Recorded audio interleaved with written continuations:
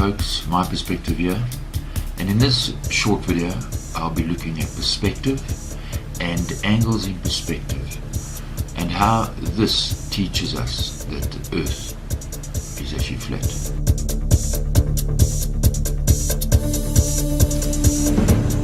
So even if the horizon was slightly curved, you would see objects on the horizon, whether it's a crane, a mountain, a tree.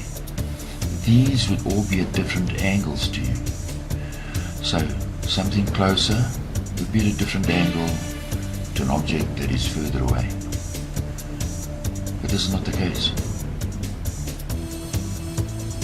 We only ever see objects close and far as 100% vertical. This shows that the earth is flat. So it doesn't matter whether you look to your left or to your right or behind you. We only ever see objects, no matter how big or small they are, as completely vertical. And this, we take this fact for granted in our paintings and in photographs. We only accept something on the horizon that is vertical, because this is the reality that we live in.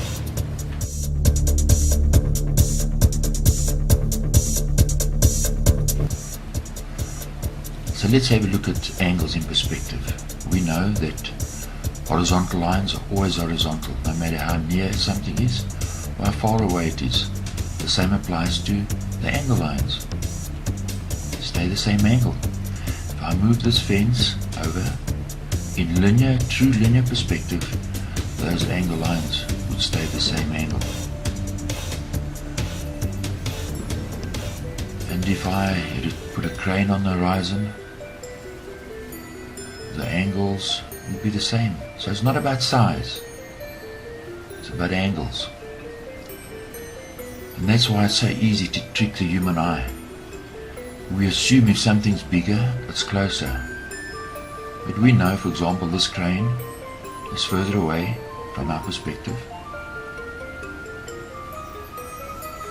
And the angle stays the same. So perspective is not about size, it's about angles. And our brain and our eye, the human brain and our eye and our reality is built on what we see. We see with our eyes, and our whole understanding and the world we live in is flat. As we look out all around us, we have a limited line of sight. We see almost as if in a ring around us, and above us, below us. But the angles stay the same from our perspective.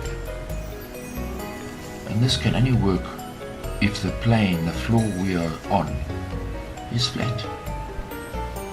This is reality. We're living in a flat earth. That's how our brain and our eyes are wired. So as you look around you, ships, buildings, from your perspective, everything is always completely vertical. Nothing falls over, no matter how far away it is from you. Your limited line of sight in a circle around you, in that line of sight, everything is completely vertical.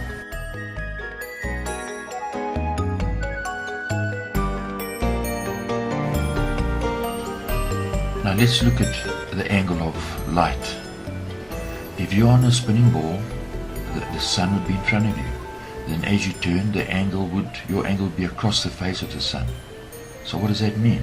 Well, you're on a spinning ball fixed, look at the arrowhead. Watch carefully. See, the sun would actually rise slowly, speed up in the day, and set slowly. Watch that again. But this is not the case. No matter where you are, the sun travels at the same speed. So you are not spinning on a ball, the sun is moving, and you are fixed. You are standing still. Let's look at that even deeper. Two people one at the equator, one at the North Pole, taking a time-lapse image of the sun. For them, the sun would be traveling at different speeds. But this is not the case. No matter where you are, the sun travels at the same speed. It shows that we're not on a spinning ball.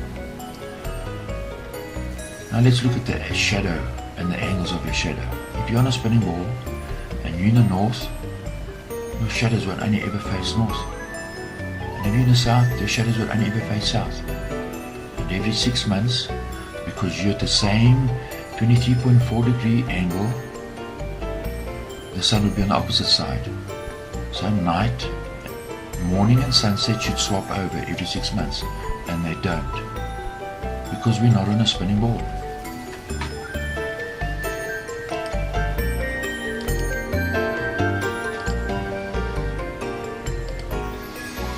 Now look at this image. Look at the angle of the sun's rays. Look carefully. Now if we take this image and we spread it out into 3D space, look at the angles.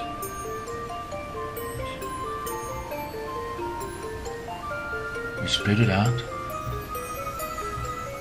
This tells us that the sun is not 150 million kilometers away, because how can it light up? Look at the angles at the back. Look at the angles of the light on the mountains. The sun is above the mountains. How can the angle of the sun light up the same valley, and the light is at two different angles in the same valley? Really?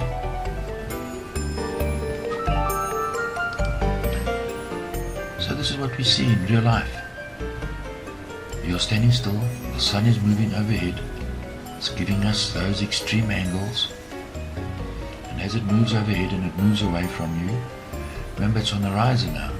That's how you can get those angles of sunlight on the horizon, because it's not 150 million kilometers away, it's above the clouds.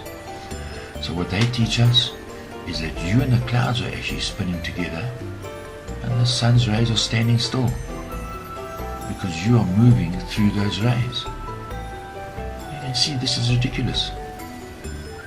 This is mindless garbage.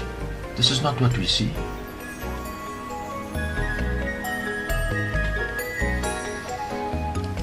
So let's look at this image. At the top you have the human eye. You see everything at eye level, but you have a limited range into the horizon. You see the horizon at eye level. So if I take my video camera or my stills camera and I put on a zoom lens, I can extend my vision into the horizon, further in, but the horizon is still at eye level.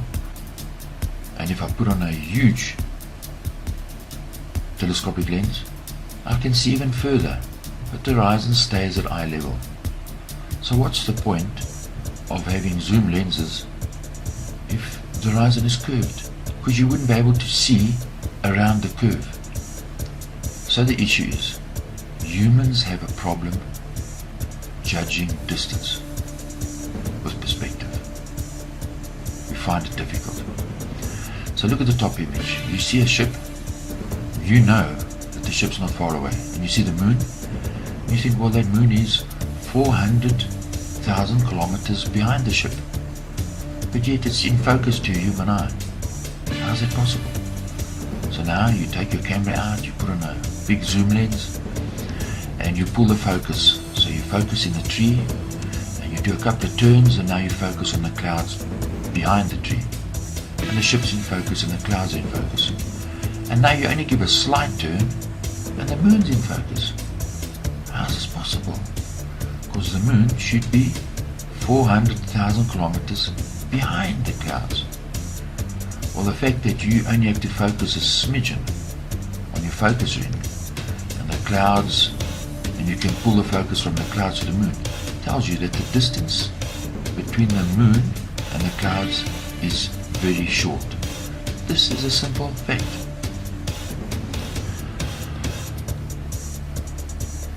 The reality is that we are living in an illusion maintained by NASA, maintained by the media. The more we drink the illusion, the more dizzy we get, the more power they have over us.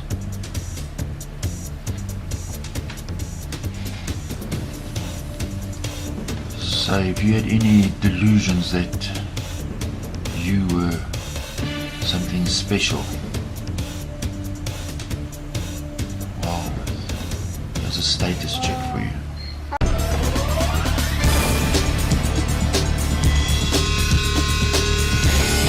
Hello everyone, my perspective here, and this is the second part of the clip, Flat Earth Perspective. And in this clip we'll be looking at practical examples of how perspective proves that the Earth is flat.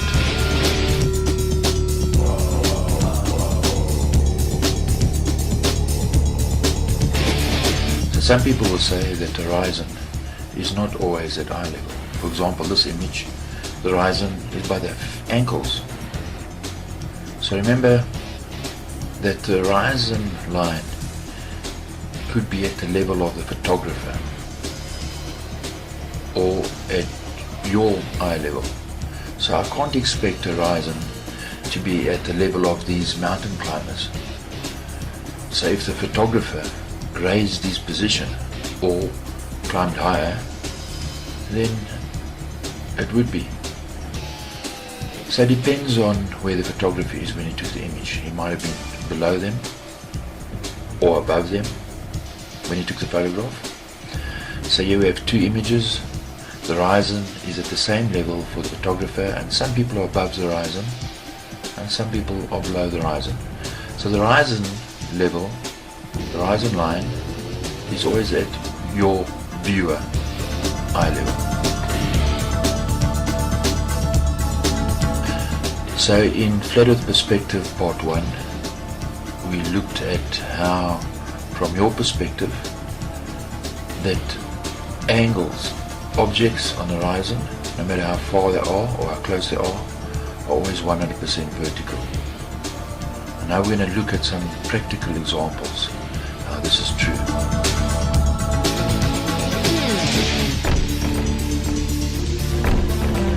So this is the Khalifa Tower in Dubai, the tallest building in the world. And even at a distance, the tower is always completely vertical. So no matter how close you are to the building, how far away you are, it's always vertical. And that building is made up of layers. It's stepped. Those steps stay at that same angle. So it's not just from the shoreline, but it's as you elevate your position above the grid, the floor line, that building is always completely vertical. So you'll never see a photograph of the Burj Khalifa leaning over backward. So even if there's a curve in the lens, using a fisheye lens, and there's a curve in the lens, and you aim that lens at that building, the building will never fall over backwards. As far as your eye can see, the floor plane that we are on is flat. So when you go out and you're looking at images, or you take a photograph, don't look at small objects. For example, you go out and you'll say, look at this yacht. You see the waves are encroaching on the hull, so the yacht's actually going below the horizon. Remember, the waves will be above the plane because they're higher, so it's obvious. So rather look at big objects. For example, tall buildings on the horizon. You see, if that building was leaning over or on a curve, the angles of the planes of each level on the floor would be different, but they're not. So look at the building. Look at the angles, look at the levels, the spaces between those levels. Look at the angles. Always the same in that building. Therefore that building is 100% vertical. The plane you're on is is on the same plane. It's flat.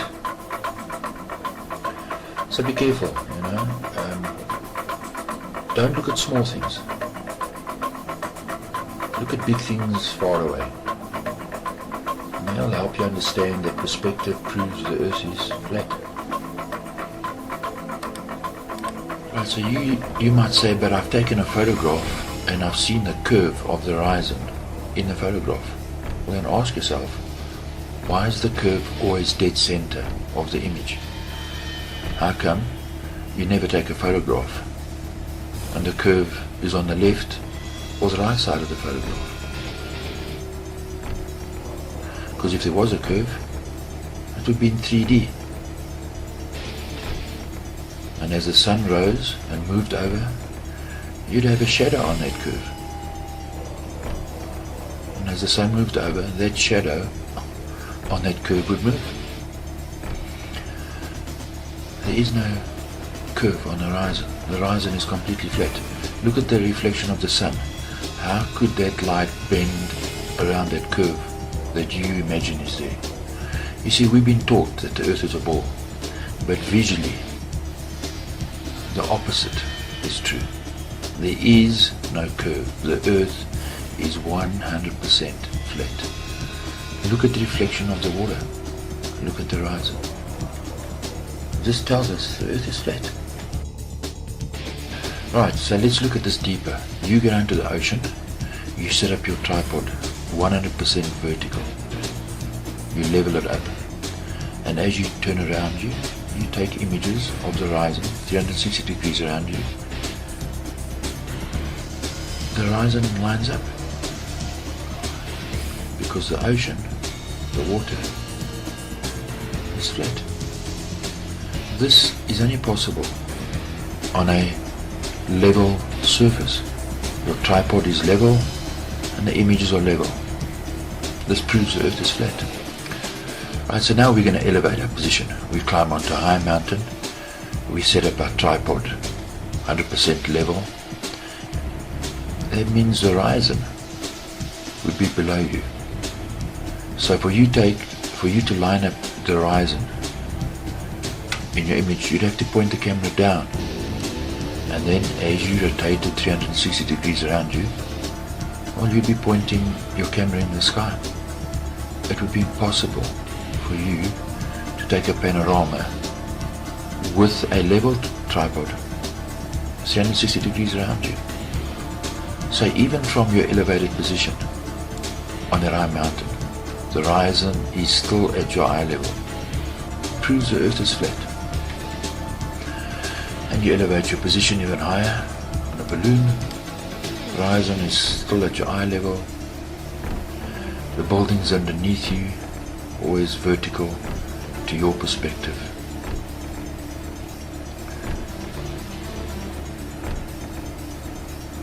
Earth is flat.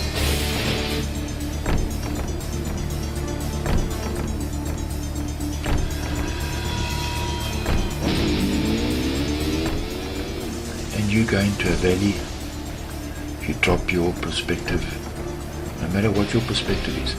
The mountains and the clouds far away don't change their angle.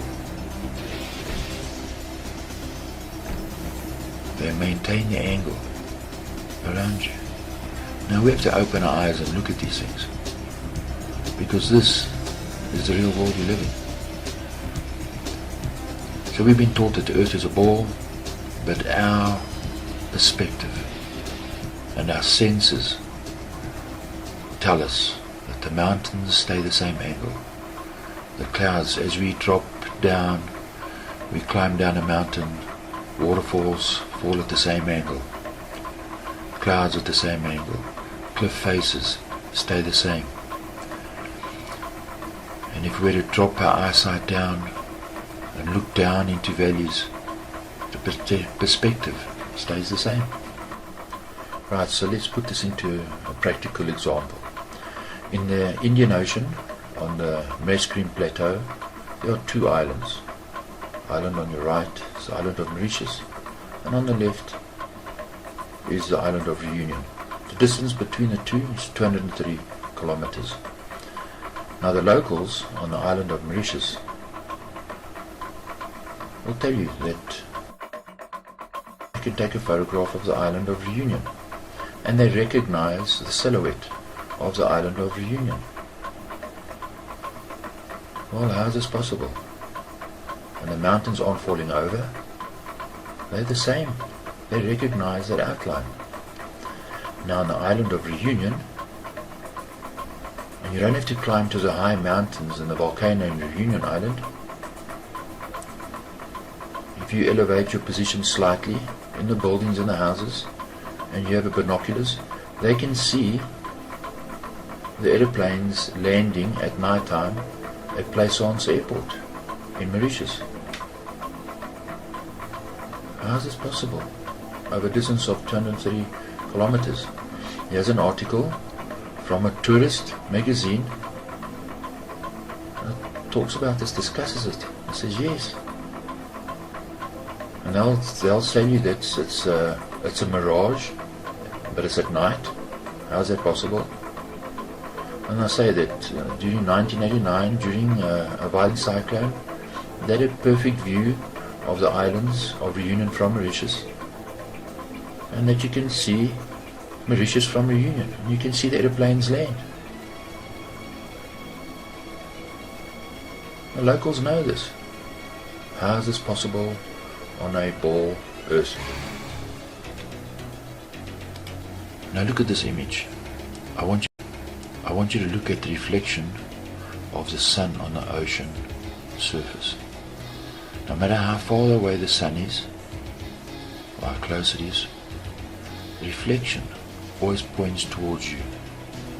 And we see this in real life. No matter at what angle you stand to that scene, the light always points towards you. Why is this? Well, if I show you this image, you'd say, oh well, because the water is flat. So you have the reflection, what's above perfectly matched below. And if you move your position, you know, and you understand that that water is flat. That's why this image is the way it is. But now I swap the image to this. You see, you've been taught the Earth is a ball, but yet the reflection in the water and the perspective is the same for both. Therefore, the water in both images must be 100% flat from your perspective. The Earth is not a ball. Yes, so they'll tell you, yes, this is perspective. We see the clouds getting smaller on the horizon. All the ships as they go away stay completely vertical. It says that the Earth is such a big ball that it looks like a flat ball. Both can't be true. If the Earth was curved, if there was a slight curve, the angle of the clouds would change. They can't both be right. They'll tell you that perspective is true, but a ship goes below the horizon.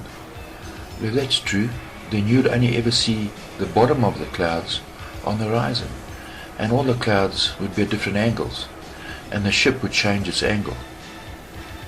You can't have both. One has to be right, one has to be wrong. And this is the right one. This is the perspective we see, and this perspective tells us the Earth is flat. Yes, so they'll tell you that from your perspective you're so small and the Earth is so big that it looks flat. Well, consider this. This ant would see the light on the ground first before he saw the flashlight. And then the flashlight would disappear and he would still see the light on the ground, because he cannot see around the curve of the ball. So this ant wouldn't be able to see the sun or the flashlight for the full 12 hours. But yet on Earth, the opposite is true. Now this ant on a flat surface would see the flashlight first, then the light would approach him. And at sunset, the last thing he would see would be the flashlight. Sunrise, he sees the flashlight. As the flashlight disappears, the sunlight disappears on the ground. And this is what we see in real life.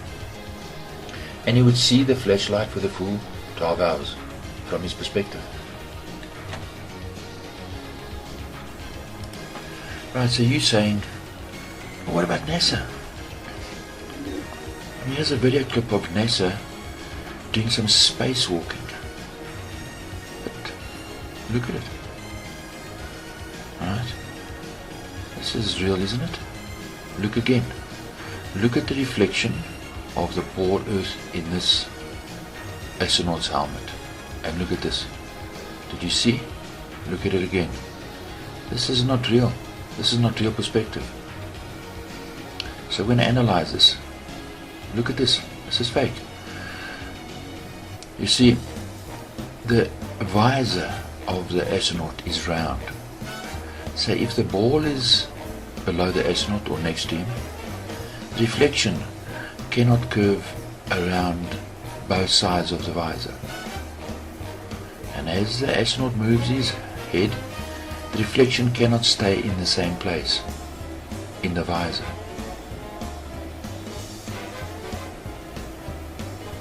As it does in NASA's image. And NASA stuff is fake. And let's look at this again. Now look at this bit. You see? Look at this.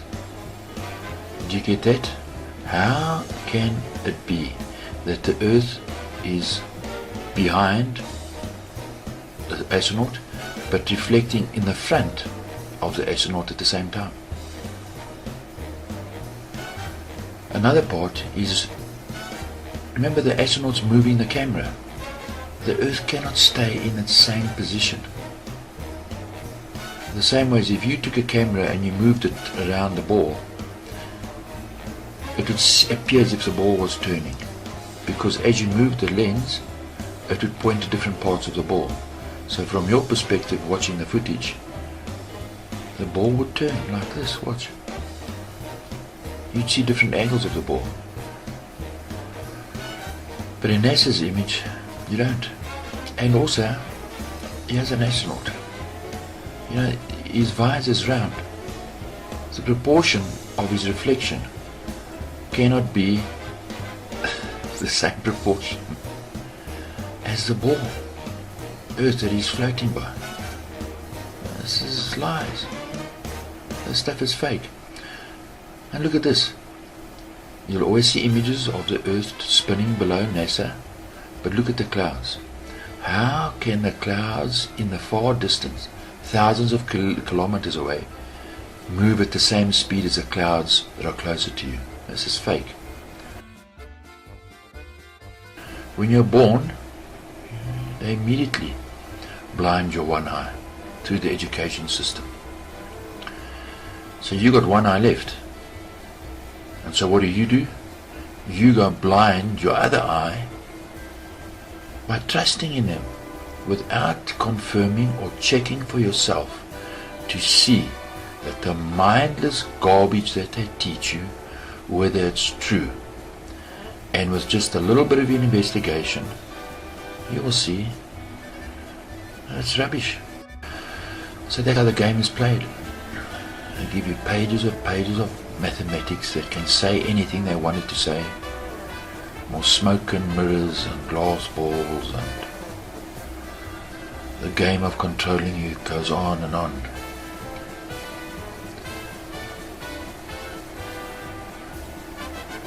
But when you take your eyes back, both of them, then you'll get your mind back. Yes, so NASA's just as fake as Father Christmas.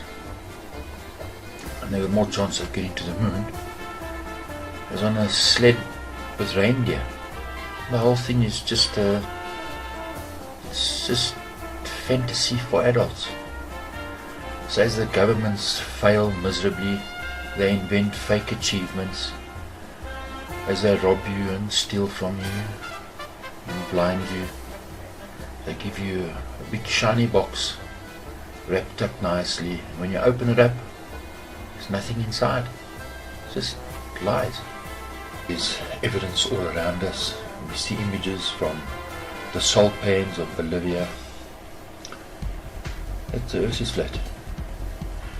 And many people, in their own creative way, they've brought this to our attention, and as normal, as usual, we don't listen or pay attention.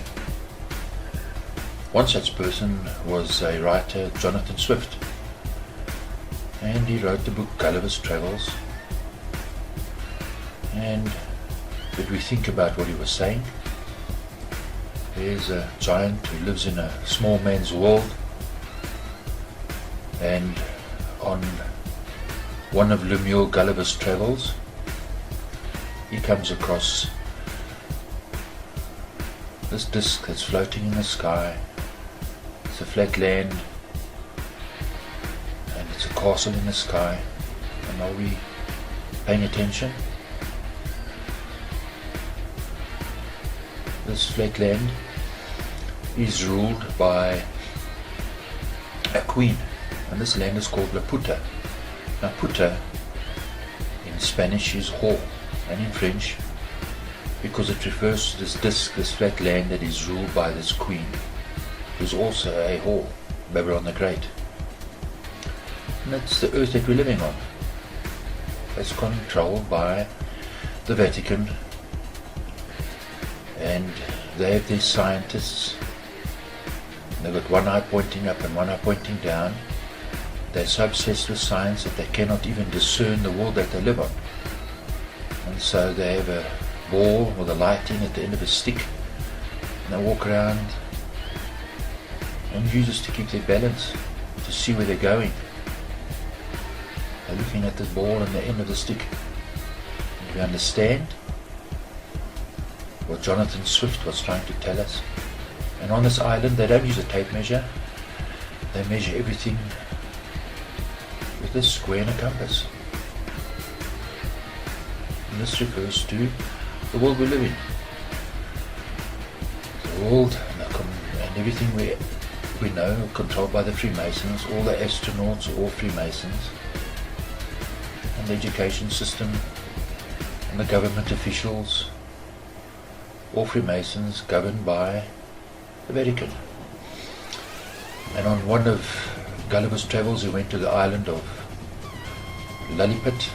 And Lilliput is small puta, small prostitute, and he collects the ships, and he walks from one land to the other, and they see him, and it's flat. So we read these, and do we think about it? No, we don't. But yet the evidence is there. The earth is flat. So to conclude, remember the Mascarene Islands, the Mascarene Plateau? We're going to go back there and look at some images. And on this plateau there's a group of islands called the Maldives. And the height above sea level on some of these lands is only half a meter. And yet from here you can see the land at the back. Look at the cows, look at the land. The airport on the island of Maldives. Flat. Capital of the island of the Maldives. The principles that we see in this image applies to the whole earth. We just have to open our eyes and look. And all the small islands of the Maldives. Are we looking and using our senses and using our eyes? If we do, we'll see what that is. So cheers, and thanks for watching.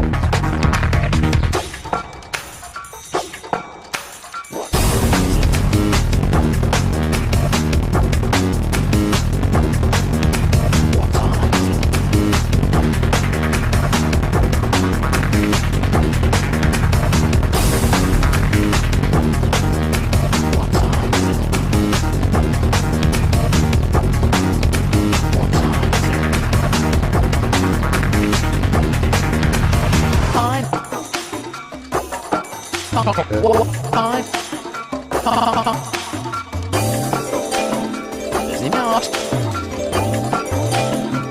he not?